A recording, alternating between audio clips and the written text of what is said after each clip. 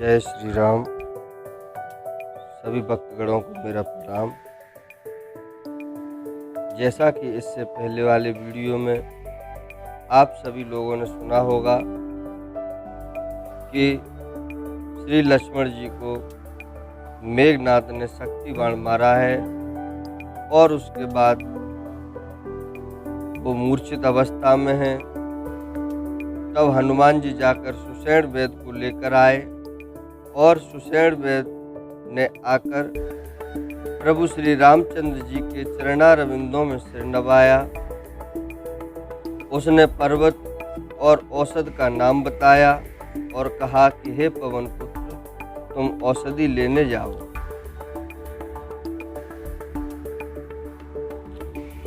श्री राम जी के चरण कमलों को हृदय में रखकर पवन पुत्र हनुमान जी अपना बल बखानकर अर्थात मैं अभी लिए आता हूँ ऐसा कहकर चले।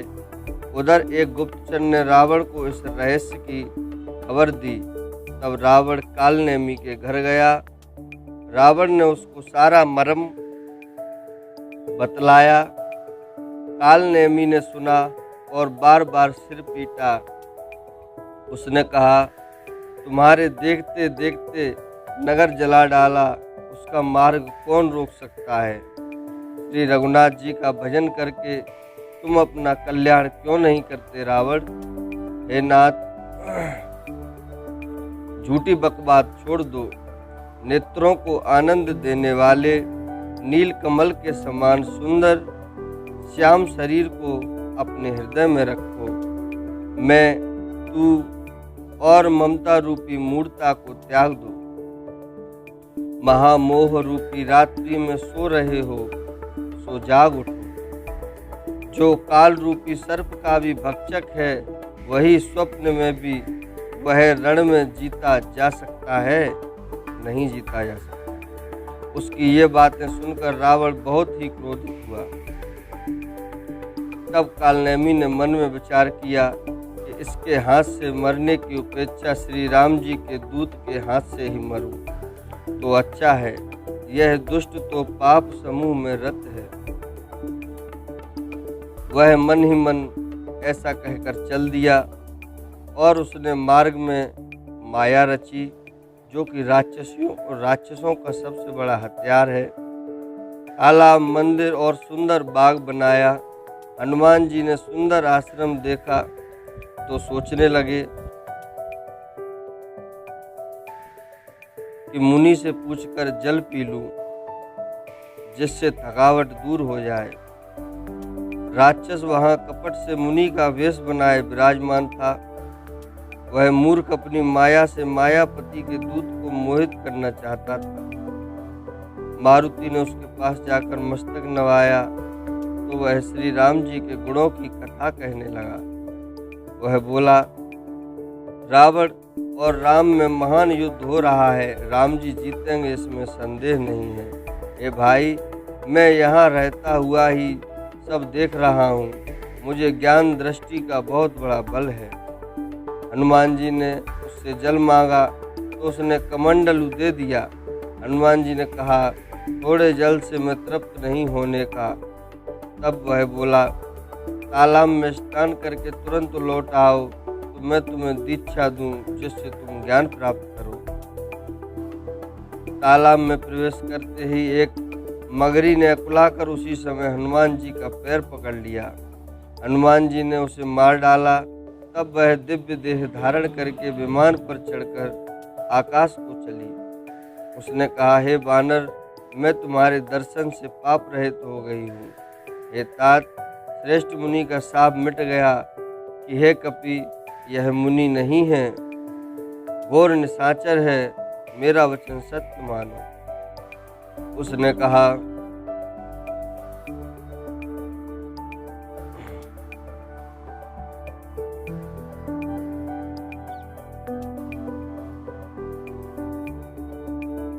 ऐसा कहकर ज्यों ही वह अप्सरा गई त्यों ही हनुमान जी निशाचर के पास गए।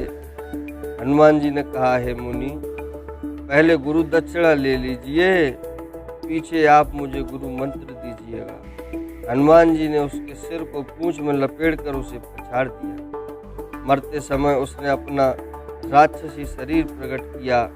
उसने राम राम कहकर प्राण छोड़े। यह सुनकर हनुमान जी मन में बड़े हर्षित हुए। उन्होंने पर्वत को देखा पर औषध को न पहचान सके। तब हनुमान जी ने एकदम पर्वत को ही उखाड़ लिया। पर्वत लेकर हनुमान जी रात ही में आकाश मार्ग से दौड़ चले और अयोध्यापुरी के ऊपर पहुंच गए। तब भरत जी ने आकाश में अत्यंत विशाल स्वरूप देखा। तब मन में अनुमान किया कि यह कोई राक्षस है। उन्होंने कान तक धनुष को खींचकर बिना फल का बाण मारा। बाण लगते ही हनुमान जी राम राम रघुपति का उच्चारण करते हुए मूर्छित होकर पृथ्वी पर गिर पड़े। प्रिय वचन राम नाम सुनकर भरत जी उठकर दौड़े और बड़ी उतावली से हनुमान जी के पास आए। हनुमान जी को व्याकुल देखकर उन्होंने हृदय से लगा लिया। बहुत तरह से जगाया पर वे जागते न थे। तब भरत जी का मुख उदास हो गया। वे मन में बड़े दुखी हुए और नेत्रों में विषाद के आंसुओं का जल भरकर ये वचन बोले, जिस विधाता ने मुझे श्री राम से विमुख किया उसी ने फिर यह भयानक दुख भी दिया। यदि मन वचन और शरीर से श्री राम जी के चरण कमलों में मेरा निष्कपट प्रेम हो और यदि श्री रघुनाथ जी मुझ पर प्रसन्न हो तो यह बानर थकावट और पीड़ा से रहित हो जाए। यह वचन सुनते ही कपिराज हनुमान जी कौशलपति श्री रामचंद्र जी की जय हो कहते हुए उठ बैठे।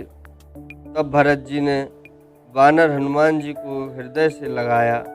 उनका शरीर पुलकित हो गया और नेत्रों में आनंद तथा प्रेम के आंसुओं का जल भराया। रघुपति तिलक श्री रामचंद्र जी का स्मरण करके भरत जी के हृदय में प्रीति समाती न थी।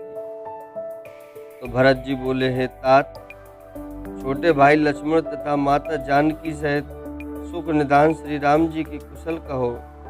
बानर हनुमान जी ने संक्षेप में सब कथा कही।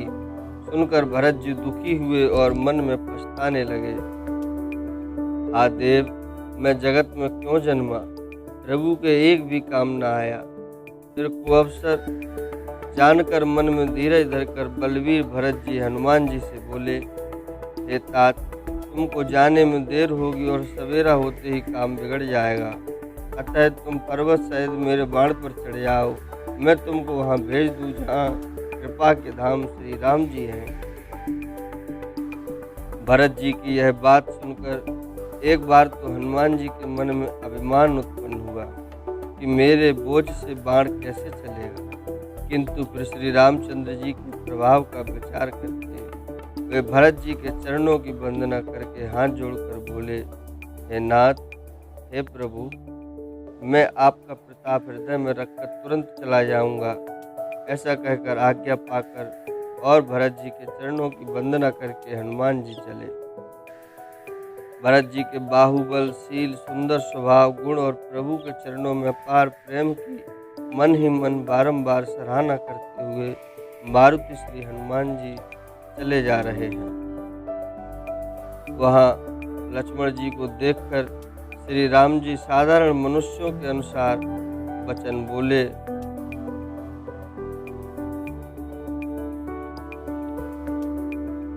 रात बीत चुकी, हनुमान नहीं आए। यह कहकर श्री राम जी ने छोटे भाई लक्ष्मण को उठाकर हृदय से लगा लिया और बोले, हे भाई, तुम मुझे कभी दुखी नहीं देख सकते थे। तुम्हारा स्वभाव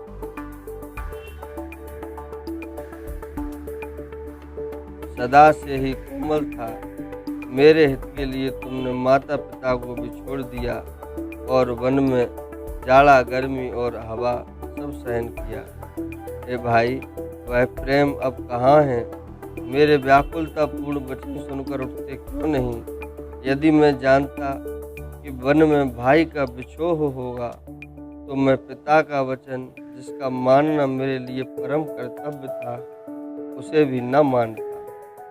पुत्र, धन, स्त्री, घर और परिवार ये जगत में बार बार होते और जाते हैं, परंतु जगत में सहोदार भाई बार बार नहीं मिलता।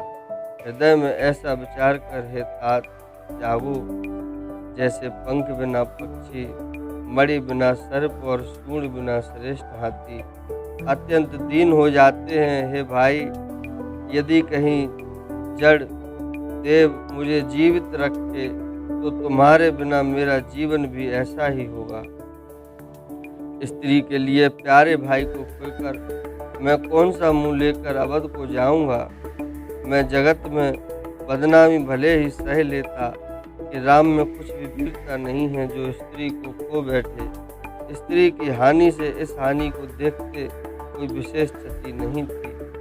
अब तो हे पुत्र, मेरा निष्ठुर और कठोर हृदय यह अपयश और तुम्हारा शोक दोनों ही सहन नहीं करेगा। हे तात, तुम अपनी माता के एक ही पुत्र और उसके प्राणधार हो।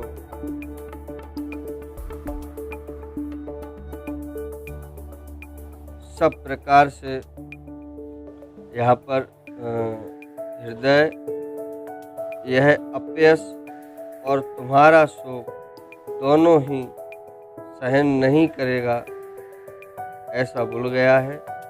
लेकिन नहीं है यहाँ पर ये है कि दोनों को ही सहन करेगा। तुम अपनी माता के एक ही पुत्र हो, उसके प्राणधार हो। सब प्रकार से सुख देने वाला और परम हितकारी जानकर उन्होंने तुम्हें हाथ पकड़कर मुझे सौंपा था। अब जाकर उन्हें क्या उत्तर दूंगा। हे भाई, तुम उठकर मुझे सिखाते क्यों नहीं। सोच से छुड़ाने वाले श्री राम जी बहुत प्रकार से सोच कर रहे हैं। उनके कमल की पंखुड़ी के समान नेत्रों से विषाद के आंसुओं का जल बह रहा है। शिव जी कहते हैं, हे उमा, श्री रघुनाथ जी एक अद्वितीय और अखंड वियोग रहित है। भक्तों पर कृपा करने वाले भगवान ने लीला करके मनुष्य की दशा दिखलाई है। प्रभु के लीला के लिए किए गए प्रलाप को कानों से सुनकर वानरों के समूह व्याकुल हो गए। इतने में ही हनुमान जी आ गए। जैसे करुण रस के प्रसंग में वीर रस का प्रसंग आ गया। श्री राम जी हर्षित होकर हनुमान जी से गले लगकर मिले। प्रभु परम सुजान और अत्यंत ही कृतज्ञ हैं। तब वेद सुषेण ने तुरंत उपाय किया, जिससे लक्ष्मण जी हर्षित होकर उठ बैठे। प्रभु भाई को हृदय से लगाकर मिले। भालू और बानरों के समूह सब हर्षित हो गए। फिर हनुमान जी ने वेद को उसी प्रकार वहां पहुंचा दिया जिस प्रकार वे उस बार पहले उसे ले आए थे। यह समाचार जब रावण ने सुना तब उसने अत्यंत विषाद से बार बार सिर पीटा। वह व्याकुल होकर कुंभकर्ण के पास गया और बहुत से उपाय करके उसने उसको जगाया। कुंभकर्ण जागा। वह कैसा दिखाई देता है, मानो स्वयं काल ही शरीर धारण करके बैठा हो। तब कुंभकर्ण ने पूछा, हे भाई, कहो तो तुम्हारे मुख सूख क्यों रहे हैं। उस अभिमानी रावण ने उससे जिस प्रकार वह सीता को हर लाया था तब से अब तक की सारी कथा कही। फिर कहा, हे तात, वानरों ने सब राक्षस मार डाले, बड़े बड़े योद्धाओं का भी संहार कर डाला। दुर्मुख, देवशत्रु, मनुष्य भक्षक, नरांतक, भारी योद्धा, तिकाय और अकंपन तथा महोदर आदि दूसरे सभी रणधीर भी रणभूमि में मारे गए। तब रावण के वचन सुनकर कुंभकर्ण बिलक कर दुखी होकर बोला, अरे मूर्ख, जगत जननी जानकी को हर लाकर अब तू कल्याण चाहता है। हे राक्षस राज, तूने अच्छा नहीं किया। अब जाकर मुझे क्या जगाया है तात। अब भी अभिमान छोड़कर श्री राम जी को भजो। तो कल्याण होगा। हे रावण, जिनके हनुमान श्री के सेवक हैं, वे श्री रघुनाथ जी क्या मनुष्य हैं? हाय भाई, तूने बुरा किया जो पहले ही आकर मुझे यह हाल नहीं सुनाया। हे स्वामी, तुमने उस परम देवता का विरोध किया जिसके शिव ब्रह्मा आदि देवता सेवक हैं। नारद मुनि ने मुझे जो ज्ञान कहा था वह मैं तुझसे कहता, पर अब तो समय जाता रहा। हे भाई, अब तो अंतिम बार अखबार भरकर मुझसे मिल ले। मैं जाकर अपने नेत्र सफल करूं, तीनों तापों को छुड़ाने वाले श्याम शरीर कमल नेत्र श्री राम जी के जाकर दर्शन करूं। श्री रामचंद्र जी के रूप और गुणों का स्मरण करके वह एक क्षण के लिए प्रेम में मग्न हो गया। फिर रावण ने करोड़ों घड़े मदिरा और अनेकों भैंसे मंगवाए। तो यहाँ पर इसके बाद क्या होता है, ये सारी बातें जानने के लिए आप श्री रामचरितमानस कथा का दूसरा वीडियो सुने, जो कि आगे आने वाला है। और अभी हम यहाँ पर श्री रामचरितमानस कथा को विराम देते हैं और आप सभी से एक बार फिर याद दिलाना चाहते हैं कि चैनल को सब्सक्राइब करें, वीडियो को लाइक करें और शेयर करें, और श्री रामचरितमानस कथा को मन लगाकर सुने एवं इसकी अच्छी अच्छी बातों को जीवन में धारण करें। अब हम आपसे विदा चाहते हैं। जय श्री राम।